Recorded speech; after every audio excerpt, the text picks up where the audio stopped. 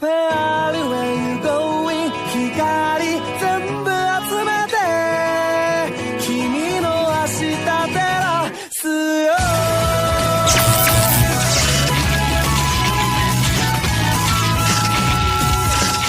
Oh yeah 聞こえてんのかこの声は Oh yeah 枯れたって叫ぶから Oh yeah 聞こえれば What's up, guys? It's your boy Light and God in front of here coming at y'all with another reaction video. Today we're doing True Pizza Delivery Horror Stories animated. So by El Llama Arts. I don't know if I'm saying it right. El Llama Arts. And I seen half of this stuff. Half of the stuff is scary. So yeah.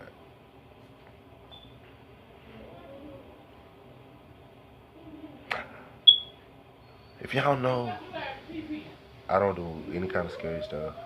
I will, but there's some scary stuff that I don't like. If it feels like based on a true story, I will not watch it. If it's just people just throwing stuff together, making it look real, okay, I'll watch it unless it's not saying based on a true story. Then I'm really not gonna watch it.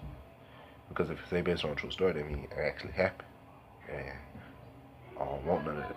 I don't want nothing to happen. And I'm just talking all about something stupid. If y'all want to watch this, the link will be in the description down below. Without further ado, let's go.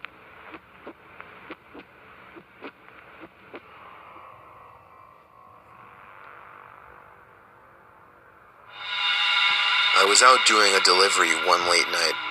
It was probably the longest drive I had ever taken for a pizza delivery. From the pizza place I worked at, it was a 20-minute drive, which isn't too crazy out where I live. Plus, they ordered 4 large pies, so I figured it was a party and I would get a much bigger tip. Navigating the dirt roads at night was always annoying, though.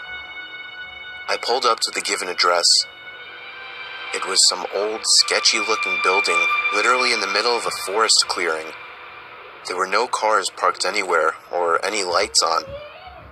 I put my car in park and called my boss. I asked him to reread the address at least 3 times to make sure I typed it in right, but that checked out. I could tell he was in a really bitchy mood, and he told me to at least knock on the door and check it out. He would normally get mad if we took back 1 pie, but I was afraid of what he would do if I brought back 4. I was insanely unnerved, but got out anyway and forced myself to the front door of the building. Nah. There was no doorbell, so I just knocked really hard. I heard nothing and didn't really expect to hear anything. I was extremely disappointed, not because nobody answered the door, but because I was realizing that it was all a waste of time and gas. I knocked one more time out of desperation, and then began to hear some kind of rustling noises from inside of the building.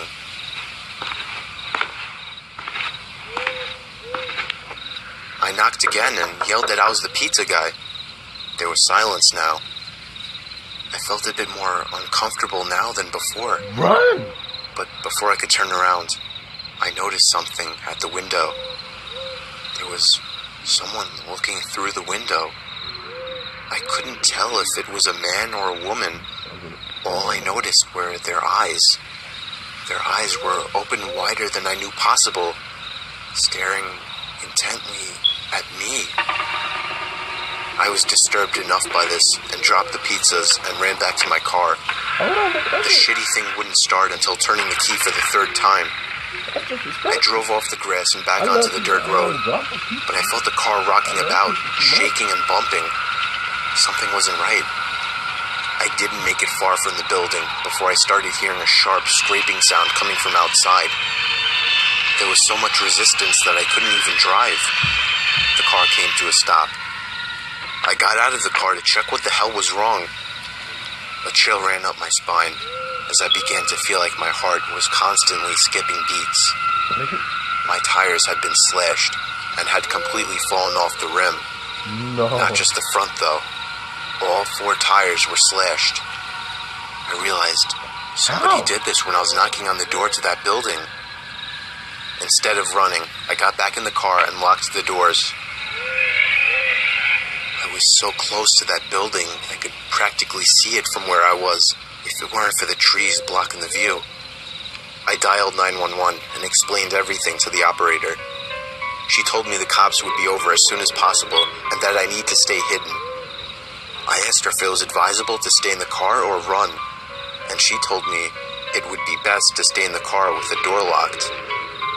She asked me to stay on the line with her until the cops arrived. My whole body was shaking.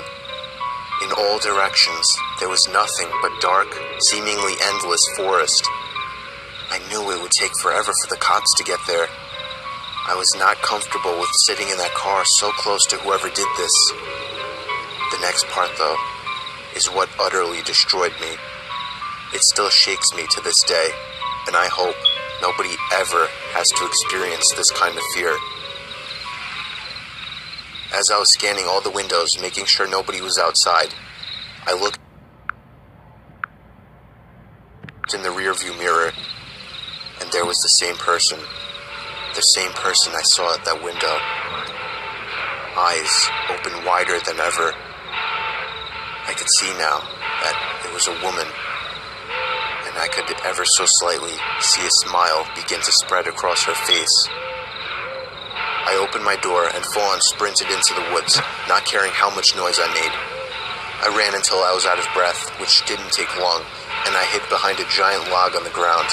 I tried to cover my loud breathing with my hand as I waited and waited for what felt like hours, until I finally heard sirens in the distance.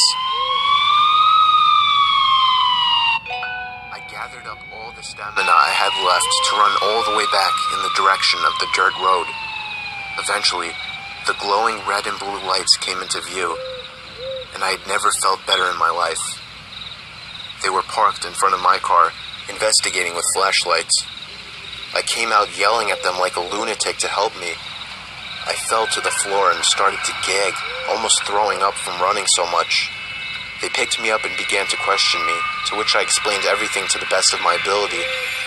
One of the two cars drove over to the building, and the two officers began to search the building. They came back with nothing except for a couple of spiky objects. These objects were exactly the same as the ones used to slash my tires. The cops guessed that it was some kind of sick, demented couple, being that I saw the woman, but unfortunately they were never found, and that still kills me to this day. I obviously quit my job right after that and started working at a local grocery store. I know that I'll never forget seeing that woman at the back of my car.